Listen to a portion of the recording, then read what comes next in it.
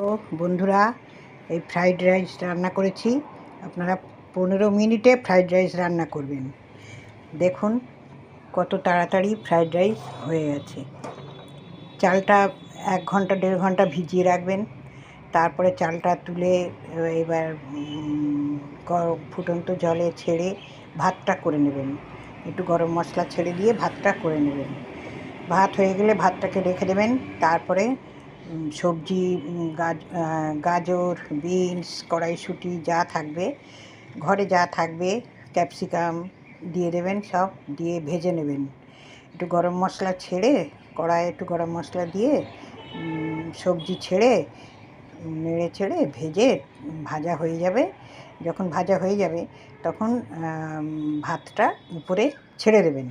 খুব তাড়াতাড়ি হয়ে যাবে। ভাতটা দিয়ে দেবেন। এবার নেড়ে ছেড়ে একটু মিষ্টি দিয়ে দেবেন। লবণটা দেখে নেবেন টেস্ট করে, লবণ কতটা ঠিক আছে কি না।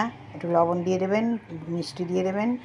ব্যাস, তারপরে একটু নেড়ে চেড়ে উপরে একটু ঘি ছড়িয়ে দেবেন।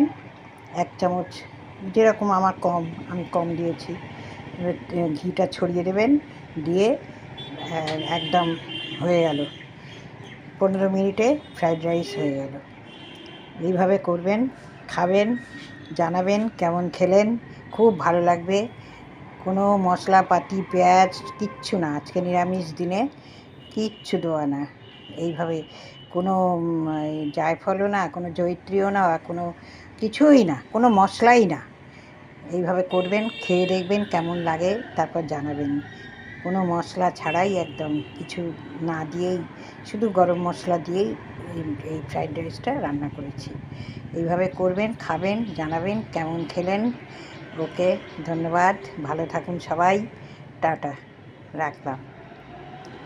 বন্ধুরা, আমি একটা জিনিস বলতে ভুলে গেছি।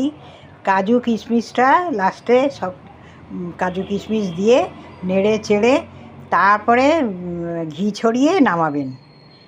ঠিক আছে? আমি সরি, বলতে ভুলে গেছিলাম, তাই আরেকবার করে বলে দিলাম। এইভাবে করবেন। থ্যাংক ইউ, রাখলাম।